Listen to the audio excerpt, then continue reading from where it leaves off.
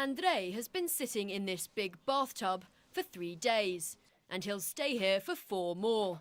He's part of an experiment to see how the human body copes with being up in space. The dry immersion tank simulates zero-gravity conditions. It feels strange. It's hard to describe this floating feeling. You'd have to try it yourself. Testers must be between the ages of 20 and 30, male and in good health. This department at the Institute of Biomedical Problems focuses on space medicine. Weightlessness produces many side effects. If you stay in the dry immersion tank for a week, your muscles deteriorate and it's hard to move. You develop coordination problems and dizziness when you try to get up. Andrei's blood pressure, heart rate and breathing are closely monitored by doctors 24 hours a day. He follows a strict regime. At 1 p.m. every day, it's time for lunch. Testers are kept on a diet very similar to a cosmonaut's. Without gravity, the human body naturally assumes the fetal position.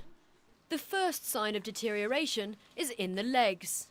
If we are in weightlessness, we don't need posture because we don't fight with gravitation anymore. We are hanging there, we are in free fall there. So postural muscle start atrophy in microgravity very, very fast. For 3 hours a day, they have electrodes attached to their legs to stimulate their muscles. Russian scientists have been conducting such experiments since the 1970s. The lab's full of space paraphernalia. This American-made treadmill's the one that's used by the cosmonauts at the International Space Station. But there are 2 problems with it. It's too big and it keeps breaking down. The Russians want to replace it with their more compact version.